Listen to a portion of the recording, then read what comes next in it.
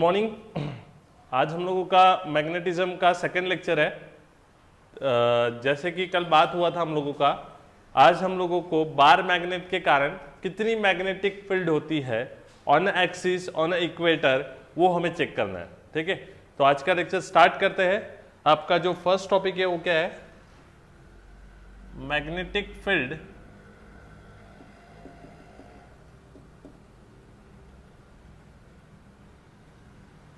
magnetic field due to a bar magnet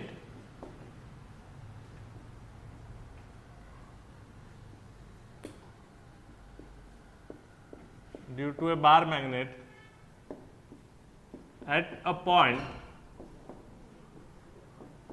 on the axis। ठीक है, देखो ध्यान से समझ लो, क्या पता कर रहे हैं हम लोग? मैग्नेटिक फील्ड के बारे में पता कर रहे हैं due to a bar magnet. ठीक है, बार मैग्नेट के कारण कितनी मैग्नेटिक फील्ड होगी at a point on the axis. ठीक है, पॉइंट कहां पर है भैया? एक्सिस के ऊपर कोई पॉइंट है। ठीक है, कल हम लोगों ने पढ़ी थी एक्सिस ऑफ मैग्नेटिक डायपोल और इक्वेटर ऑफ मैग्नेटिक डायपोल। ठीक है, तो अभी हम लोगों को कहां पर पॉइंट दिया हुआ है? एक्सिस के ऊपर पॉइंट दिया है कोई एक। ठीक है, वहां पर बताना है कि कितनी मैग्नेटिक फील्ड होगी due to a bar magnet. ठीक है, सो स्टार्ट करते हैं डेरिवेशन को।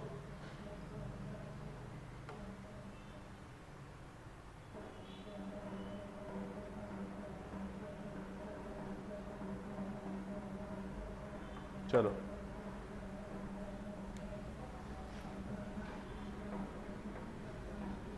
एक बार मैग्नेट ले लेता हूं।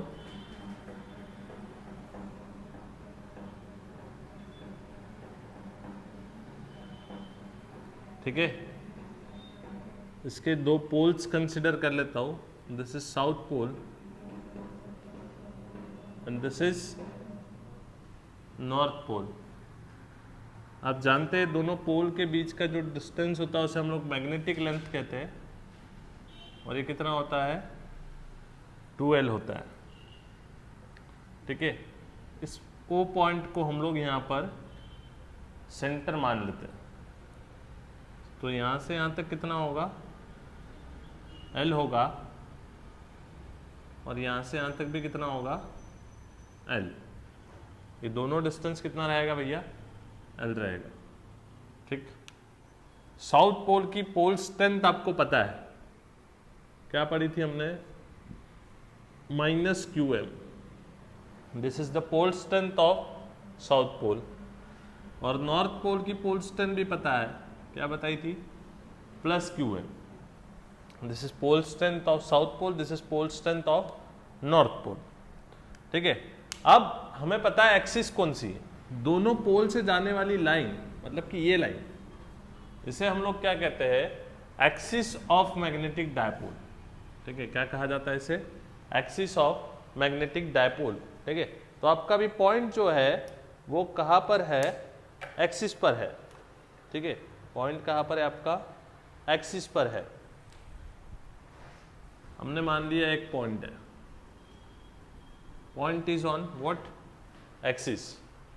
इस पॉइंट के ऊपर मुझे पता करना है कितनी मैग्नेटिक फील्ड होगी। I have to find axial magnetic field. ठीक है, क्या फाइंड आउट करना है मुझे? मैग्नेटिक फील्ड पॉइंट करना है eight a point P। Point P कहां पर है? बार मैग्नेट की एक्सिस के ऊपर एक पॉइंट है। ठीक है, तो सबसे पहले हम लोग देखते हैं कि मैग्नेटिक फील्ड दोनों पोल्स कितनी बनाएंगे। ठीक है, हमें यहाँ पर दो पोल नजर आ रहे हैं। ठीक है, एक साउथ पोल एक नॉर्थ पोल। और एक चीज बता देते हैं यहाँ पर कि ये जो पॉइंट P है, मैग्नेट के सेंटर से इसका डिस्टेंस कितना है? R। ठीक है, मैग्नेट के सेंटर से इसका डिस्टेंस कितना मान लिया है मैंने? R मान लिया। अब मुझे इस P पॉइंट के ऊपर बताना है कि कितनी मैग्नेटिक फील्ड होगी। ठीक है, I have to find magnetic field on a point P। ठीक है, मुझे क्या फाइंड आउट करना है? P पॉइंट के ऊपर कितनी मैग्नेटिक फील्ड होगी वो देखना है।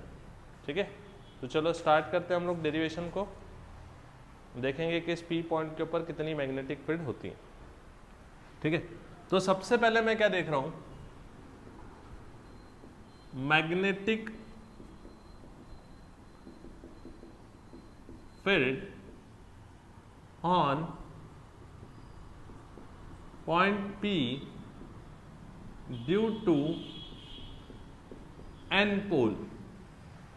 नॉर्थ पोल के कारण पॉइंट P पर कितनी मैग्नेटिक फील्ड होगी वो देखना है, ठीक है। सो इसे मैं B1 से कंसीडर कर सकता हूं भैया, चलेगा ना? क्या मान लिया मैंने? B1 से कर। अब नॉर्थ पोल के कारण जो मैग्नेटिक फील्ड होगी, north pole is consider as a positive pole strength, तो नॉर्थ पोल के कारण जो मैग्नेटिक फील्ड होगी वो कैसी होगी? आउटवर्ड होगी, मतलब उसकी डायरेक्शन किधर आएगी? इधर, ठीक है। ये डायरेक्शन किधर हो जाएगी? इस तरफ हो जाएगी, आउटवर्ड, ठीक है। B1 जो है हमने मैग्नेटिक फील्ड मानी ड्यू टू व्हाट? कौन सा पोल? नॉर्थ पोल, ठीक है। और डायरेक्शन कैसी रहेगी? आउटवर्ड, ठीक है। अब B1 इज इक्वल्स टू क्या होगा? पहले तो कांस्टेंट लगेगा म्यू नॉट बाय 4 पाई, ठीक है। साथ में क्या आएगा आपका? Pole strength. नॉर्थ पोल की पोल स्ट्रेंथ क्या होती है? प्लस QM अपॉन नीचे क्या आएगा?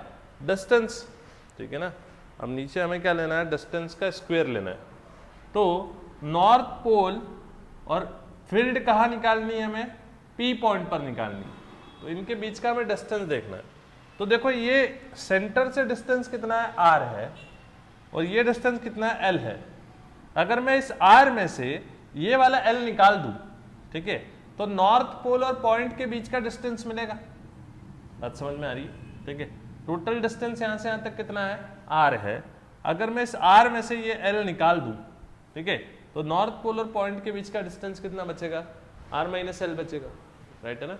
सो here I can write as R minus L का स्क्वायर, ठीक है। क्या लिख दिया हमने? R माइनस L का square. This is what? This is a magnetic field on point P due to कौन सा पोल? N पोल, ठीक है। पॉइंट P के ऊपर मैग्नेटिक फील्ड होगी ड्यू टू कौन सा पोल? N पोल, ठीक है। अब हम लोगों को क्या निकालना है? अब हम लोगों को पता करना है magnetic field on point P due to S pole. South pole के कारण पॉइंट P के ऊपर कितनी मैग्नेटिक फील्ड होगी हमें वो देखना है। तो सीधी बात है, साउथ पोल मतलब कैसी पोल स्ट्रेंथ रखता है? नेगेटिव पोल स्ट्रेंथ रखता है, ठीक है। तो जो मैग्नेटिक फील्ड होगी वो कैसी होगी? इनवर्ड होगी। एक बात तो क्लियर होती है कि इसकी फील्ड कैसी होगी भैया? इनवर्ड। इसको B2 से कंसिडर कर लेता हूँ, डिनोट कर लेता हूँ। तो B2 कैसे आएगा? इनवर्ड आएगा, ठीक है ना। क्या है ये B2? क्या है? Magnetic field due to magnetic field on point P due to कौन सा पोल? S पोल, ठीक है। कौन से पॉइंट पर निकाल रहे हैं हम लोग? पॉइंट P पर निकाल रहे हैं। और कौन से पोल के कारण निकाल रहे हैं? S पोल के कारण निकाल रहे हैं, साउथ पोल के कारण। तो फील्ड कितनी होगी बच्चों? देखो B2 इज इक्वल्स टू होगा म्यू नॉट बाय 4 पाई, ठीक है। पोल स्ट्रेंथ क्या है? Minus QM। और साउथ पोल और पॉइंट P के बीच का डिस्टेंस कितना है? ध्यान से देखें, देखिए ये सेंटर और ये पॉइंट P के बीच का डिस्टेंस है R, ठीक है। और ये कितना लेंथ है? L, ठीक है। तो अगर पॉइंट P और साउथ पोल के बीच का डिस्टेंस देखें तो क्या आ जाएगा?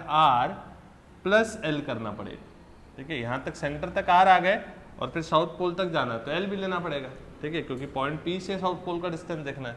तो कितना आएगा? R प्लस L का square. So here I can write as R plus L का square. This is magnetic field due to S pole. Now we have to find magnetic field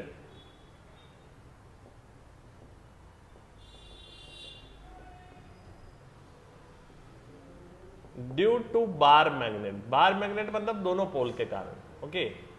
due to bar magnet on a point P, ठीक है। क्या निकाल रहे हैं? Magnetic field निकाल रहे हैं ड्यू टू किसके कारण? बार मैग्नेट के कारण on a point P। P point पर कितनी मैग्नेटिक फील्ड होगी ड्यू टू क्या? Bar magnet, okay. सो कैसे निकालेंगे भैया, ध्यान दो, हमें क्या निकालनी है, नेट फील्ड निकालनी है। तो नेट फील्ड क्या होगी वैसे तो B1 प्लस B2 होगी, ठीक है ना। नेट फील्ड क्या होगी, B1 प्लस B2, लेकिन इनकी डायरेक्शन अलग अलग है, ठीक है। तो नेट फील्ड को एक्सियल फील्ड भी कह सकते हैं ना, एक्सिस पर निकाल रहे हैं, ठीक है। सो क्या होगा, B1 माइनस B2 होगा, क्योंकि डायरेक्शन क्या है, अपोजिट। अगर वेक्टर फॉर्म में देखोगे तो ये फील्ड होगी, ठीक है, B1 माइनस B2। लेकिन यहां पर हमें मैग्नीट्यूड निकालना होता है, ठीक है। क्या फाइंड आउट करना होता है, मैग्नीट्यूड ऑफ फील्ड, ठीक है।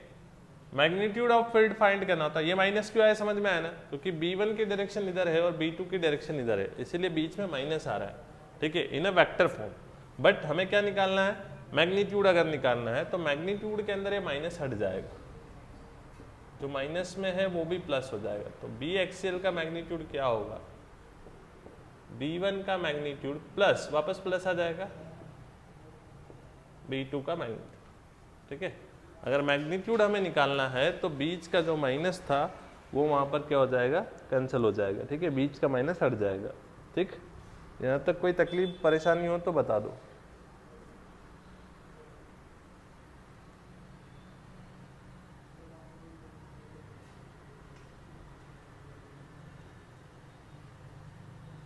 चलो अब हम लोग क्या करते हैं, दोनों को ऐड कर देते बच्चों, ठीक है।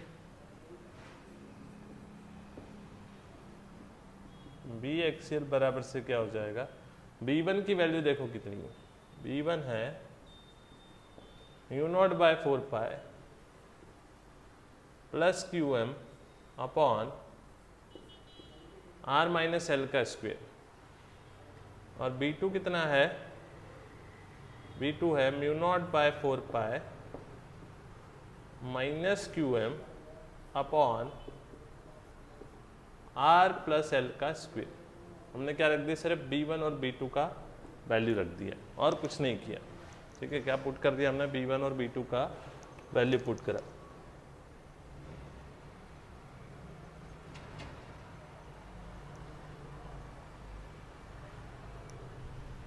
अब आगे बढ़ते हैं।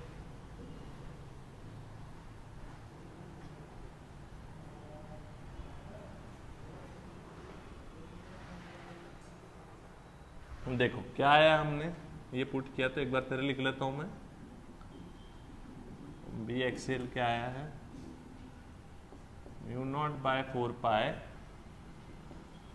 Plus QM upon R minus L का square plus μ0 by 4 pi minus QM upon R plus L का स्क्वायर।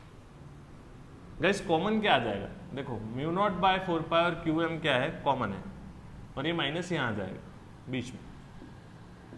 बी एक्सियल क्या होगा, μ0 बाय 4 पाई तो कॉमन आ गया, और साथ में QM भी कॉमन आ गया।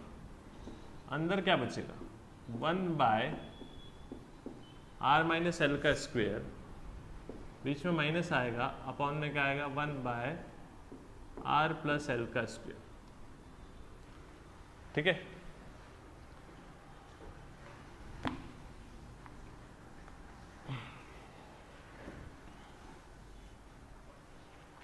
अब देखें क्या करें, अब इसका बाय क्रॉस हो जाएगा, ये इधर ये इधर,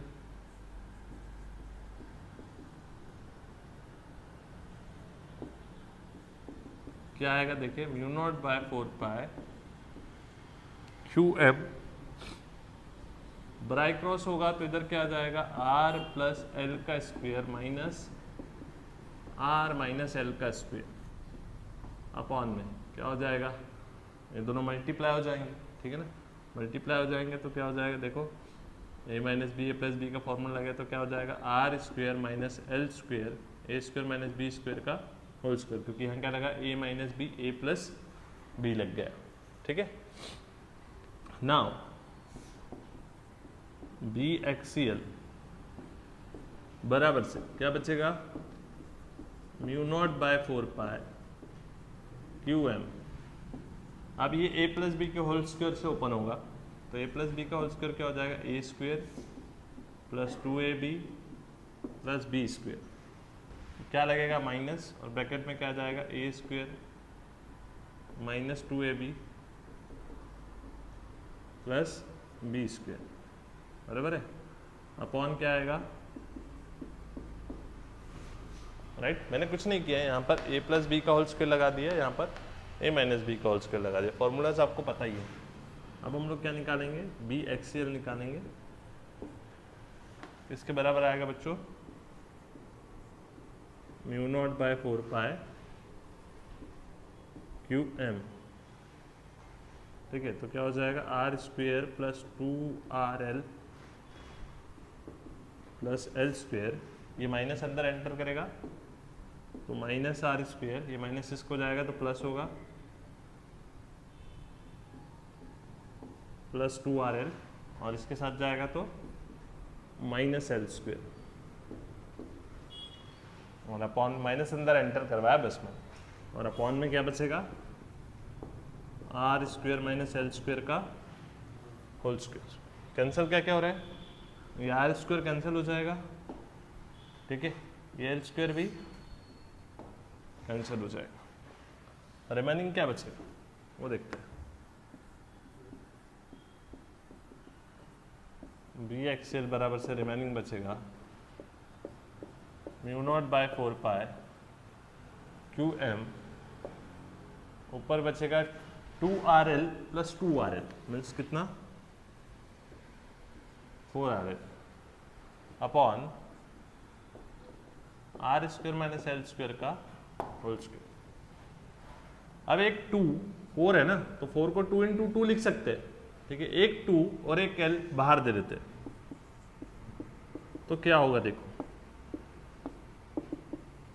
यू नॉट बाय 4 पाई और हो जाएगा 2L बाहर आया और साथ में क्या है QM, ठीक है, अंदर क्या बचेगा, एक 2 बचेगा और एक R बचेगा, ठीक है, और अपॉन में क्या आएगा, R square minus L square का होल स्क्वेयर, ठीक है। ये किसका फॉर्मूला कल पढ़ाया था मैंने, मैग्नेटिक डायपोल मोमेंट का फॉर्मूला है, तो इसकी जगह पर हम लोग क्या लिख सकते हैं, मैग्नेटिक डायपोल मोमेंट लिख सकते हैं, तो ये हो जाएगा म्यू नॉट बाय 4 पाई, इसकी जगह पर आएगा m, और ये हो जाएगा 2R upon R square minus L square का होल स्क्वेयर, ठीक है। This is known as magnetic field on a point, जो कि पॉइंट कहाँ पर है, बार मैग्नेट की एक्सिस पर है, ठीक है। अगर कोई पॉइंट बार मैग्नेट की एक्सिस पर है तो उसके ऊपर इतनी मैग्नेटिक फील्ड होगी, ठीक है। अब यहाँ पर एक और कंडीशन बनती है, वो कंडीशन हम लोग देख लेते हैं। कंडीशन देखो क्या है,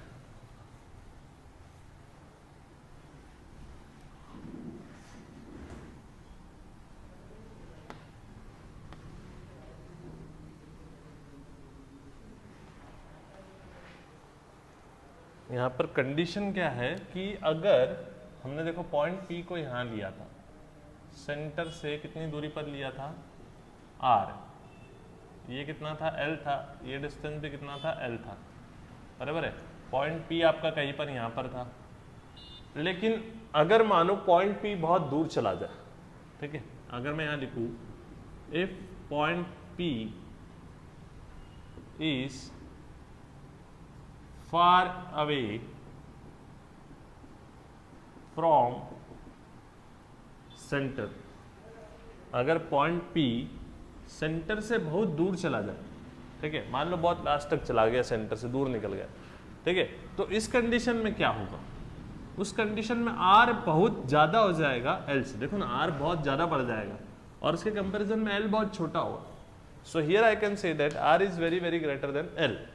जब R बहुत बड़ा होगा तो ये R के साथ वाला L जो है वो नेग्लेक्ट हो जाएगा, क्योंकि L छोटा है ऑलरेडी और L का स्क्वायर है, छोटी चीज का स्क्वायर और छोटा हो जाएगा तो नेग्लेक्ट करना पड़ेगा। इसका मतलब ये जो है देन देखो if point P is far away from centre, तो ये कंडीशन होगी और इसके कारण यहाँ पर ये L नेग्लेक्ट हो जाएगा, मतलब ये किसके बराबर हो जाएगा, आर स्क्वेयर का स्क्वेयर। आर स्क्वेयर का स्क्वेयर मतलब क्या, r⁴ किसके बराबर हो जाएगा, r⁴ के बराबर।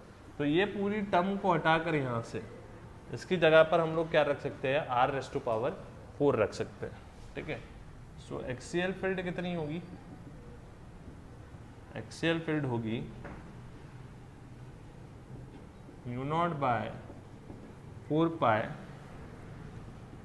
m, वैसे ही रहेगा, अंदर क्या आएगा 2r/r⁴।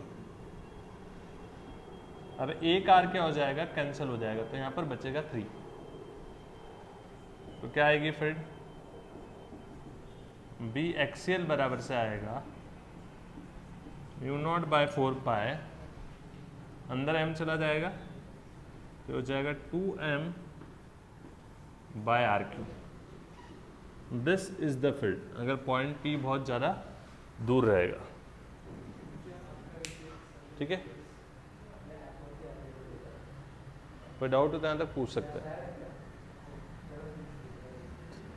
नहीं तो फिर हम लोग इक्वेटर की फील्ड देखेंगे।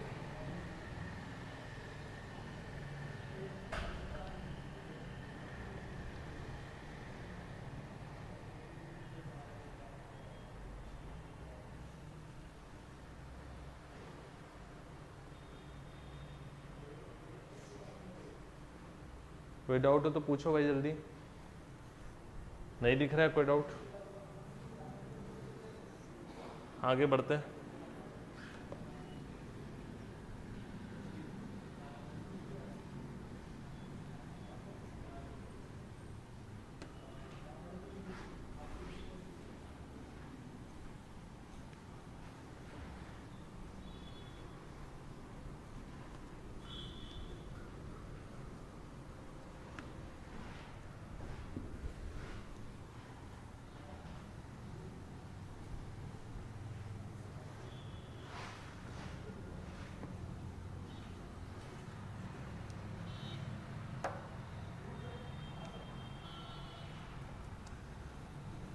देखो आप क्या देख रहे हैं, magnetic field due to a bar magnet on a या फिर at a point on a equator. अब पॉइंट कहाँ पर है भैया, इक्वेटोरियल लाइन पर पॉइंट। पहले तो बार मैग्नेट बना,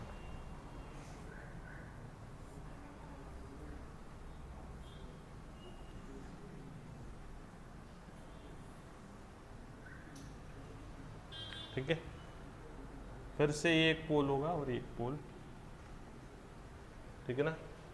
अब आपको एक को साउथ देना है और एक को नॉर्थ देना है, तो ये वाले को हम लोग साउथ दे देते हैं और इस वाले को हम लोग नॉर्थ दे देते हैं। साउथ वाले की पोल स्ट्रेंथ क्या होगी, बाहर लिख देता हूँ, थोड़ा गड़बड़ हो जाएगा। साउथ वाले की पोल स्ट्रेंथ क्या होगी -qm, और नॉर्थ वाले की पोल स्ट्रेंथ क्या होगी +q। ये भी हम लोगों ने पढ़ा ना, फिर से बार मैग्नेट ही बनाया भाई हमने, और कुछ थोड़ी किया, ठीक है। यहाँ से यहाँ तक का जो लेंथ है वो फिर से क्या रहेगा आपका,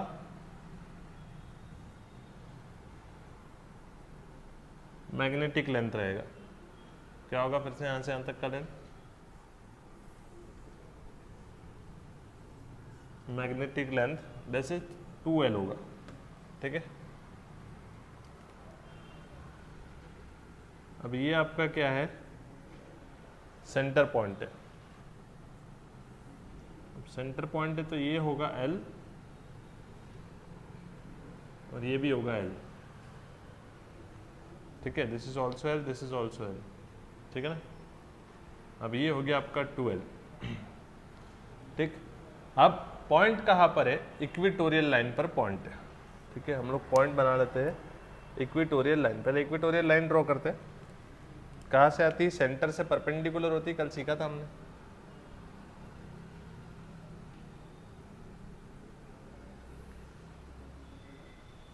ठीक है, तो यहाँ कहीं पर पॉइंट है मान लो, ठीक है, सेंटर से इसका डिस्टेंस फिर से कितना मान लेता हूँ, r मान लिया जाए। कितना डिस्टेंस मान लिया हमने सेंटर से इसका, r मान लिया। अभी यहाँ पर है आपका पॉइंट P, ठीक है, मुझे पता करनी है कि ये दोनों पोल या फिर ऐसा बोले इस पूरे बार मैग्नेट के कारण इस पॉइंट P पर कितनी फील्ड बनेगी। ठीक है, तो देखते हैं। सबसे पहले हम लोग देखते हैं कि ये N पोल कितनी फील्ड बनाएगा, नॉर्थ पोल। ठीक है, तो क्या लिखेंगे, ध्यान दो, magnetic field on N pole, magnetic field on point P due to N pole, मतलब नॉर्थ पोल कितनी फील्ड बनाएगा पॉइंट P पर। सो कितनी बनाएगा, B1 मान लेता हूँ। अब पहले तो डायरेक्शन देखते हैं, नॉर्थ पोल है तो फिर से जो डायरेक्शन होगी बच्चों कैसी होगी भैया, आउटवर्ड होगी। यहाँ है ना पोल, एक मिनट, डायरेक्शन कैसी होगी, आउटवर्ड, कुछ ऐसी, पोल से दूर जाती है। ठीक है, क्योंकि नॉर्थ पोल की पोल स्ट्रेंथ कैसी होती है, पॉजिटिव होती है, इसीलिए फील्ड की डायरेक्शन कैसी होगी, आउटवर्ड होगी। हमने मान ली इधर की तरफ आउटवर्ड है। ठीक है, अब ये पता कर लिया हमने इधर की तरफ आउटवर्ड है, बट फील्ड कितनी होगी वो देखते हैं। क्या लिखना पड़ेगा, म्यू नॉट बाय 4 पाई, ऊपर क्या आएगा plus Q M pole strength. यहाँ पर डिस्टेंस कितना है, N से P ना, तो डिस्टेंस को क्या लिख सकते हैं हम लोग, NP का स्क्वायर। अब NP कितना आएगा, ध्यान दे, NP कितना आएगा, अगर मैं इस ट्राइंगल दिख रहा है आपको यहाँ पर, देखो ये एंगल को मैं थीटा मान लेता हूँ। ठीक है, ये थीटा, ये आपका क्या हो जाएगा 90। तो एक ट्राइंगल नजर आ रहा है यहाँ पर। अगर यहाँ पर पाइथागोरस अप्लाई की जाए तो अकॉर्डिंग टू पाइथागोरस NP का स्क्वायर बराबर से क्या होगा, ये नीचे वाला क्या है, L है, तो L का स्क्वायर प्लस ये क्या है आपका R का स्क्वायर, तो क्या हो जाएगा आपका R square plus L square भी लिख सकते हैं आप। तो NP स्क्वायर बराबर से हो जाएगा R square plus L square, और स्क्वायर हटेगा तो रूट लगेगा। सो NP बराबर से क्या आ जाएगा, under root of R square plus L square. So field due to N pole कितनी आएगी,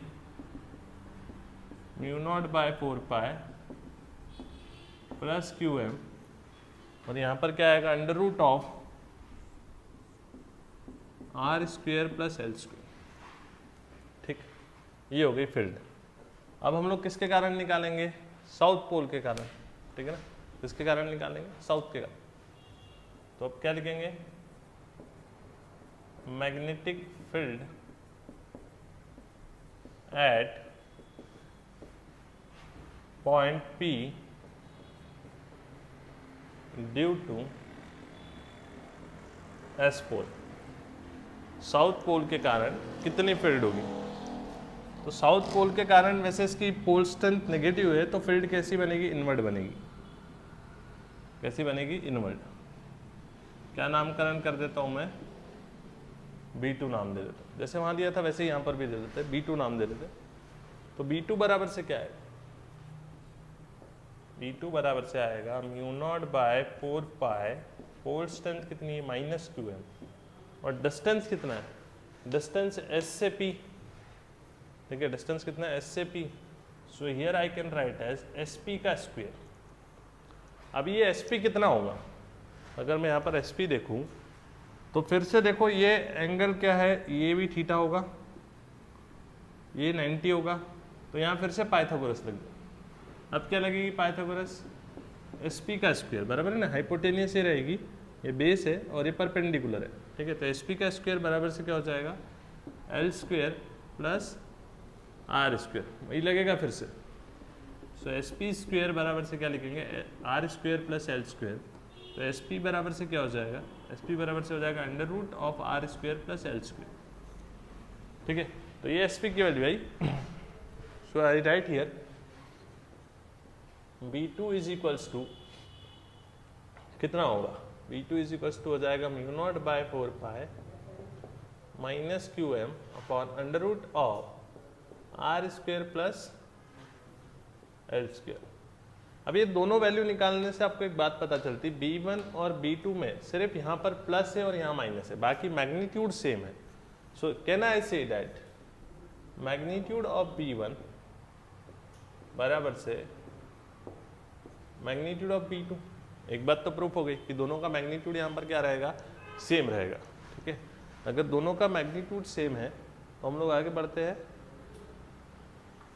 देखते हैं और क्या होगा। मैग्नीट्यूड दोनों का सेम है भाई। अब देखो ये B1 जो है से इंक्लाइंड है, तो हम लोग इंक्लाइंड किसी भी चीज को सॉल्व नहीं करते। ठीक है, उसे हम लोग क्या करेंगे, दो कंपोनेंट में ब्रेक करेंगे।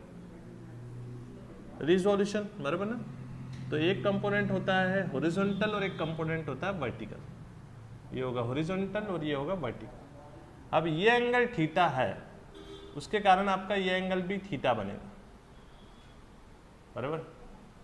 तो अगर ये थीटा है तो अगर मैं B1 को हॉरिजॉन्टल लाऊंगा, देखो B1 को हॉरिजॉन्टल लेकर आओ, तो जब आप B1 को हॉरिजॉन्टल लाएंगे तो एंगल दबेगा, और जब एंगल दबता है तो कॉस आता है।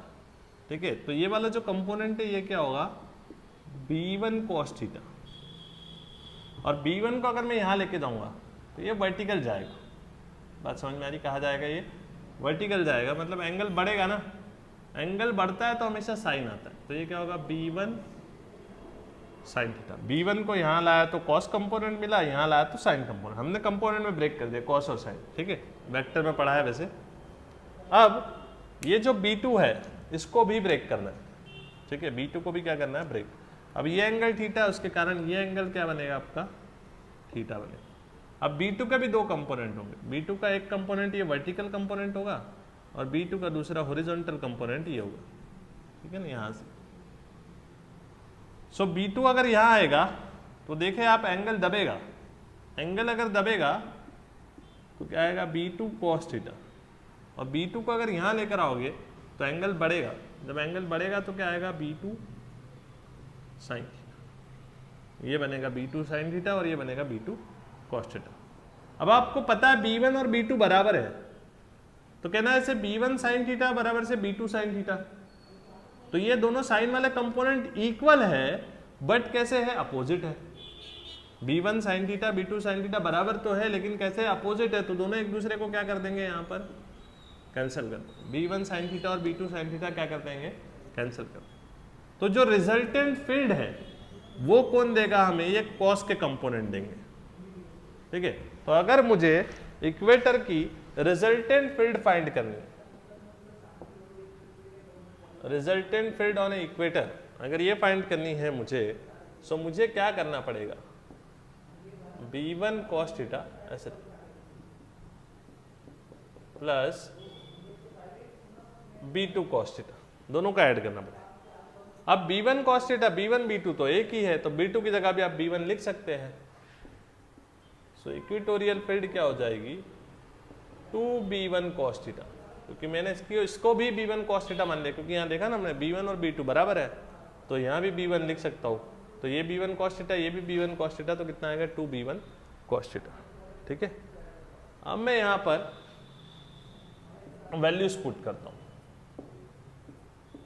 2 ऐसे ही रहेगा, B1 या B2 की वैल्यू तो एक ही है, कितनी आएगी देखो, mu not by 4 pi Q M, plus minus हटा देना आप, under root of R square plus L square, क्योंकि यही वैल्यू है B1 की भी और B2 की भी।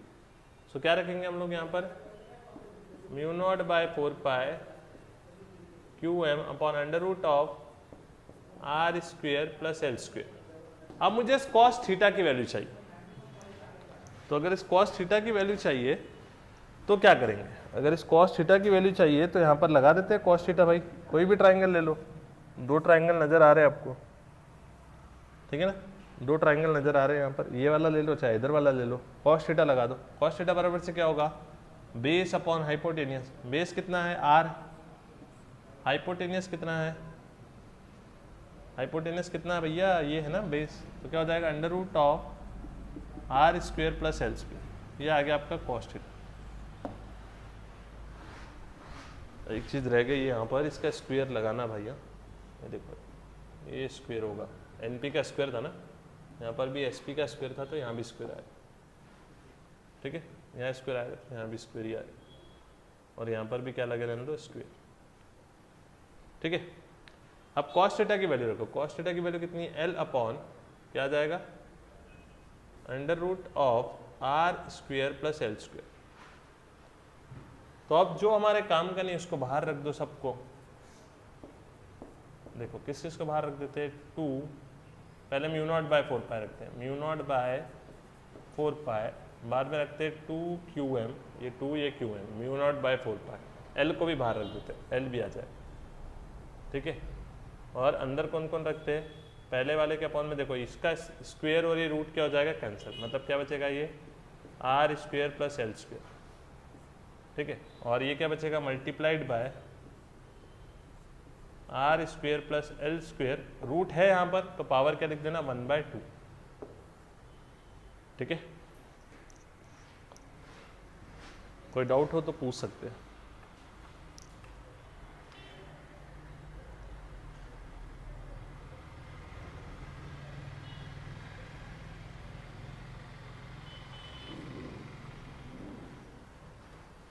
चलो अब आगे देखते हैं।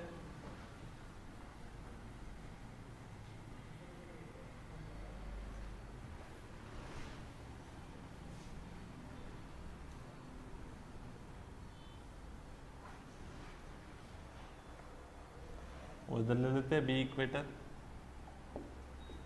क्या हो जाएगा इसकी जगह पर, mu not by 4 pi, 2QM और L, ये क्या होता है, मैग्नेटिक डायपोल मोमेंट होता है, QM इंटू 2L, तो इसकी जगह पर हम लोग क्या रख सकते हैं, फिर से M रख सकते हैं। और क्या बचा है अंदर, अंदर बचा है R square plus L square की power 1 multiplied by R square plus L square raise to power 1/2। तो बेस सेम है तो पावर ऐड हो जाती है, ये हमको पता है, बेस सेम है तो पावर क्या हो जाएगी, ऐड। तो क्या बचेगा, बी इक्वेटर बराबर से mu not by 4 pi M upon, ये पावर से ऐड हो जाएंगे तो क्या आएगा, R square plus L square raise to power 1 plus 1/2, ठीक है। सो क्या बनेगा, बी इक्वेटर बराबर से mu not by 4 pi M R square plus L square raise to power 3/2, 1 plus 1/2 है ना, 3/2। तो इतनी फील्ड होगी अगर कोई पॉइंट कहाँ पर है आपका, इक्वेटोरियल लाइन पर है डायपोल मोमेंट के, ठीक। यहाँ तक के क्लियर हुआ रहेगा आपको। अब याद रखो अगर ये पॉइंट P बहुत दूर होता, जैसे हमने वहां पढ़ा, यहाँ पर भी एक बार पढ़ लेते हैं।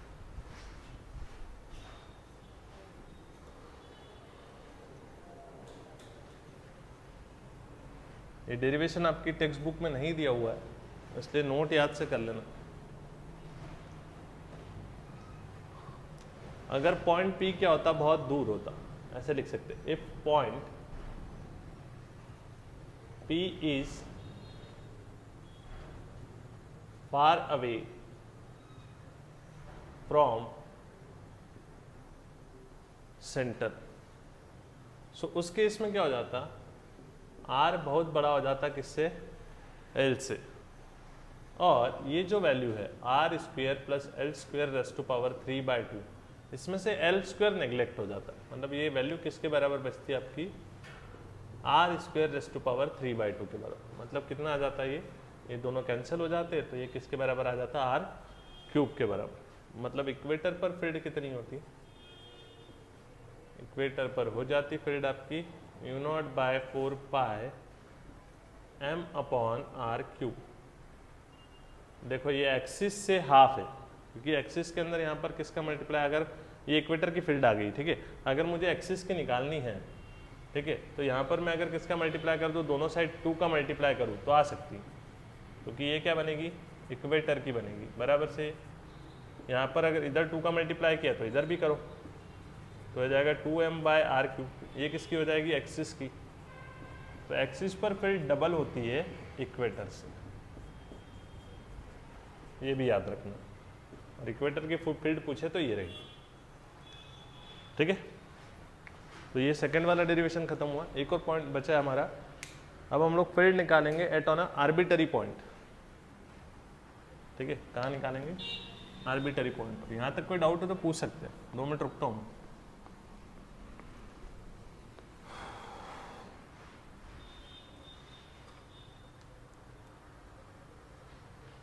हाँ, डेरिवेशन पेपर में आते हैं, मतलब बोर्ड के पेपर में आएंगे डेरिवेशंस। ठीक है, जल्दी करे, और कोई डाउट हो तो पूछे fast.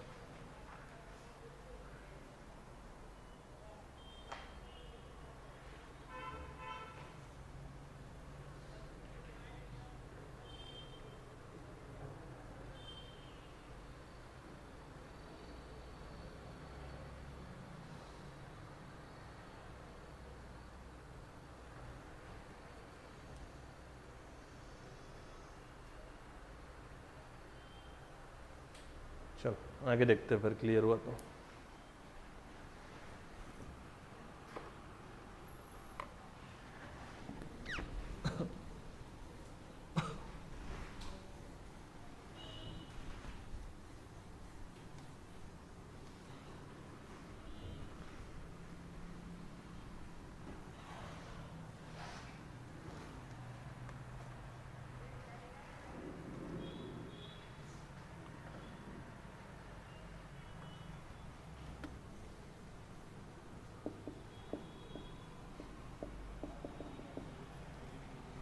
Magnetic field due to bar magnet at an arbitrary point. ठीक है, कहाँ पर है पॉइंट भैया? आपका आर्बिटरी पॉइंट है। ठीक है, आर्बिटरी है ना, किधर भी हो सकता है। अभी इंक्लाइंड, ये फिर से मैग्नेट ले लिया हमने, थोड़ा और नीचे ले लेते हैं।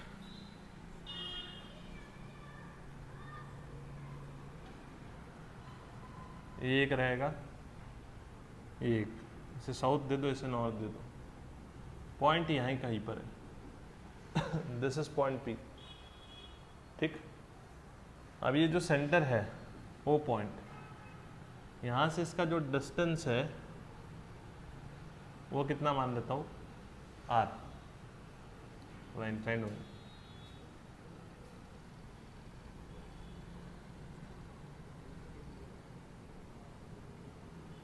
ठीक है, कितना मान लिया? r मान लिया। अब ध्यान दो, जो पोल स्ट्रेंथ है या मैग्नेटिक मोमेंट है उसकी डायरेक्शन किधर होगी? साउथ से नॉर्थ होती है।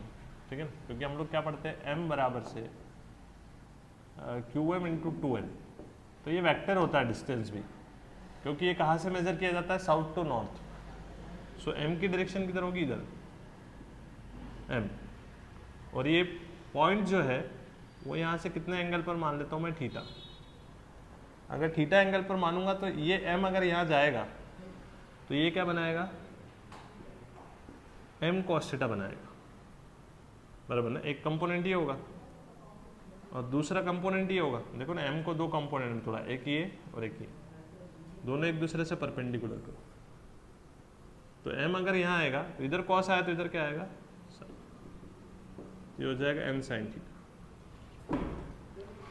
ठीक है, अब फील्ड अगर देखें पॉइंट P पर, तो ये पॉइंट P ना तो एक्सिस पर है ना तो इक्वेटर पर है।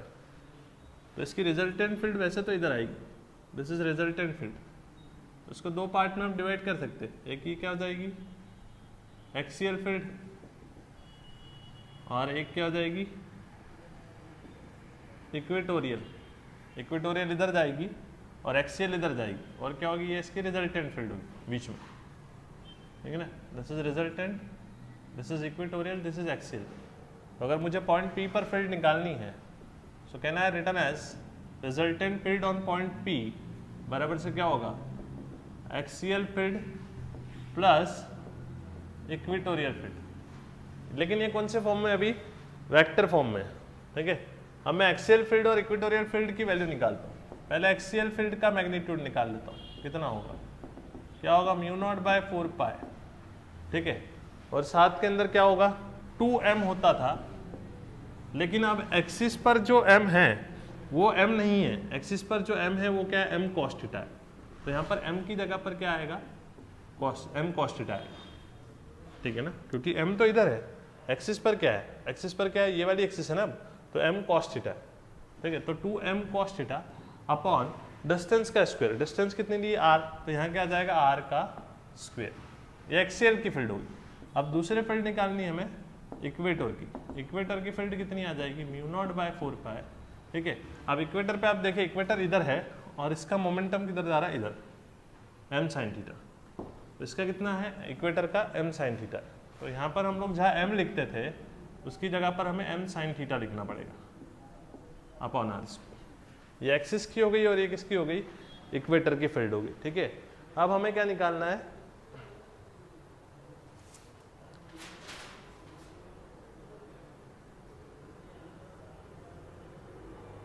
अब हमें निकालना है magnitude of the resultant field, ठीक है। तो जब मैग्नीट्यूड निकालना तो मैग्नीट्यूड का फॉर्मूला आपको पता है, रिजल्टेंट का मैग्नीट्यूड कैसे निकालता है, under root of B axial का square plus 2 B axial B equator cos, दोनों के बीच का एंगल कितना है 90, तो यहाँ क्या आएगा cos 90 प्लस क्या आएगा बी इक्वेटर का स्क्वायर। ये रिजल्टेंट का फॉर्मूला जो कि हमने वेक्टर वाले चैप्टर में पढ़ा है, r बराबर से under root of P square plus 2p cube cos theta plus q square, ठीक है, वेक्टर वाले चैप्टर में पढ़ा था ना। अब ये cos 90 है तो cos 90 जीरो होगा, तो ये पूरी टर्म क्या हो जाएगी आपकी, जीरो हो जाएगी। जब ये पूरी टर्म जीरो हो जाएगी तो क्या रिमेनिंग बचेगा, तब रिमेनिंग बचेगा भैया बी आर बराबर से अंदर बचेगा बी एक्सियल का स्क्वायर प्लस बी इक्वेटर का स्क्वायर। सो रिमेनिंग क्या लिखेंगे, बी एक्सियल देखे कितना है, ये रहा बी एक्सियल कितना है, mu not by 4 pi 2m cos theta by R square का स्क्वायर प्लस इक्वेटर का कितना है, mu not by 4 pi m sin theta by R square का क्या हो जाएगा, होल स्क्वायर। अब देखो यहां से कॉमन लेकर एक बाहर हो जाएगी, कौन कौन सी चीजें बाहर हो जाएगी देख लो आप, पहले बाहर हो जाएगा म्यू नॉट बाहर हो जाएगा, 4 पाई बाहर हो जाएगा और साथ में m बाहर हो जाएगा। अंडर रूट में कौन बचेगा, इधर बचेगा 2 cos थीटा का स्क्वायर और इधर बचेगा sin थीटा का स्क्वायर, ठीक है, ओके, यहां तक क्लियर हुआ। अब हम लोग आगे देखते हैं।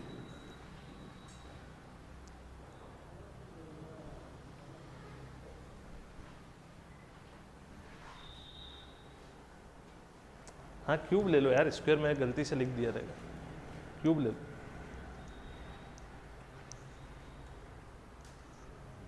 यहाँ क्यूब कर लेना, क्यूब पढ़ा था ना हमने,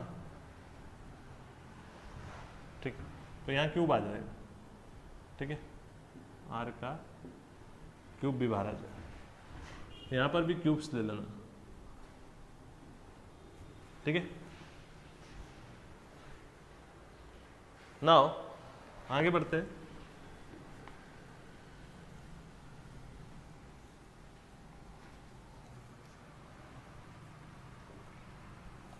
क्या होगा अभी देखें, बी रिजल्टेंट निकालना है ना मैं, तो बी रिजल्टेंट बराबर से देखो क्या हो जाएगा, ये देखो ये यहाँ पर आपका ये तो कॉमन आ गया है, क्या कॉमन आ गया है, mu not by 4 pi common आ गया है और साथ में m अपॉन आर क्यूब भी क्या आ गया है, कॉमन। अंदर क्या बचा हुआ है, अंदर बचा है 2 cos थीटा का square plus sine square theta, ठीक है। बुक के अंदर इतना ब्रीफली नहीं बताया उन्होंने, शॉर्टकट बताया, ध्यान दे इसलिए पढ़ ले। Mu not by 4 pi m upon R cube अंदर क्या हो जाएगा, 2 का स्क्वायर कितना आएगा 4, और क्या आएगा कॉस का square cos square theta plus sine square theta. अब ये 4 कॉस स्क्वायर थीटा है, तो क्या इसको मैं ऐसे लिख सकता हूँ क्या, देखिए ध्यान दे, ये m/r³ हो जाएगा। 4 कॉस स्क्वायर थीटा को मैं ऐसे लिख सकता हूँ क्या, 3 cos square theta plus cos square theta, बराबर चलेगा, वापस 4 कॉस स्क्वायर थीटा ही होगा ना, प्लस क्या है साइन स्क्वायर थीटा। अब समझ में आ गया रहेगा क्यों लिखा, क्योंकि आइडेंटिटी बन जाएगी ट्रिग्नोमेट्री की, cos square theta plus sine square theta बराबर से क्या हो जाएगा 1 हो जाएगा। तो रिजल्टेंट फील्ड कितनी आएगी भाई, रिजल्टेंट फील्ड आ जाएगी μ0/4π m/r³ √3 cos square theta plus 1। This is resultant field, ठीक है।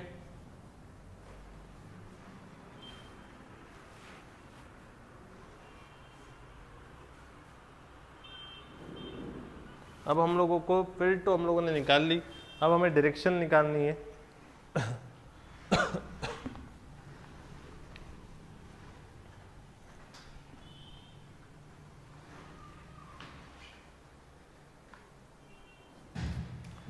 तो देखो ये ऐसे फील्ड पड़ी थी हमने, ये रिजल्टेंट थी,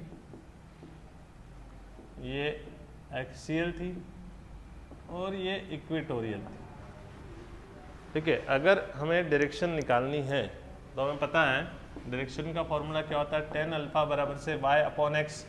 y क्या है, इक्वेटर है, और x क्या है,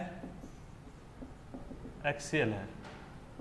तो इक्वेटर की फील्ड कितनी थी, इक्वेटर की फील्ड थी μ0/4π upon 2m cos θ/r³ upon, sorry equator की m sin थीटा थी, m sin